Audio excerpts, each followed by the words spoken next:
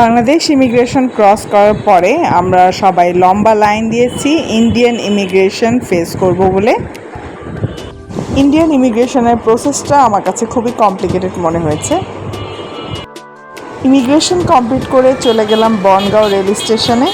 সেখানে অপেক্ষা করছিলাম রেলের জন্য।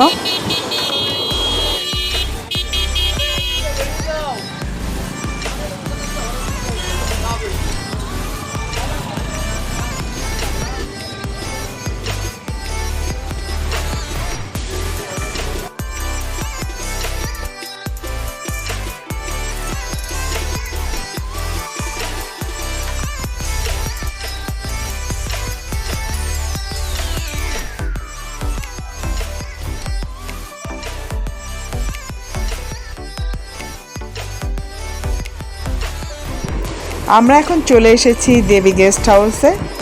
দেবী গেস্ট হাউস চেক ইন করলাম। এখানে আমরা দ্বিতীয় তলায় রুম নিয়েছি। এটা হচ্ছে অ্যানালগ লিফট। জীবনে প্রথম অ্যানালগ লিফট দেখলাম, খুবই আশ্চর্য হয়েছি। বাংলাদেশে কখনো অ্যানালগ লিফট দেখিনি। এই অ্যানালগ লিফটগুলো কলকাতাতেই এখনও রয়েছে।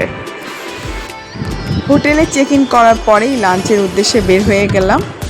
হোটেলের পাশেই ছিল একটি রেস্তোরাঁ। ওখানে ভাত, মাছ আর সবজি 100 রুপিয়ার মধ্যে পেয়ে গেলাম। আমরা হাজব্যান্ড ওয়াইফ দুজনে পেট পুড়ে ভাত খেলাম। এরপরে কফি খেলাম।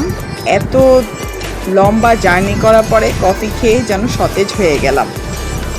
কফি খাওয়া শেষে হাসপাতালের উদ্দেশ্যে রওনা দিলাম। হাসপাতালে যাওয়ার পথেই হলুদ গাড়ি পেলাম। হলুদ গাড়ি হচ্ছে কলকাতার ঐতিহ্য।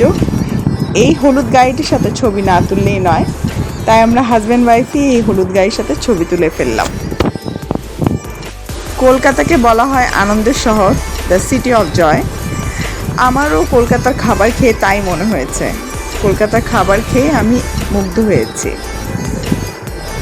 সবাই ভালো থাকবেন, আমাদের জন্য দোয়া করবেন।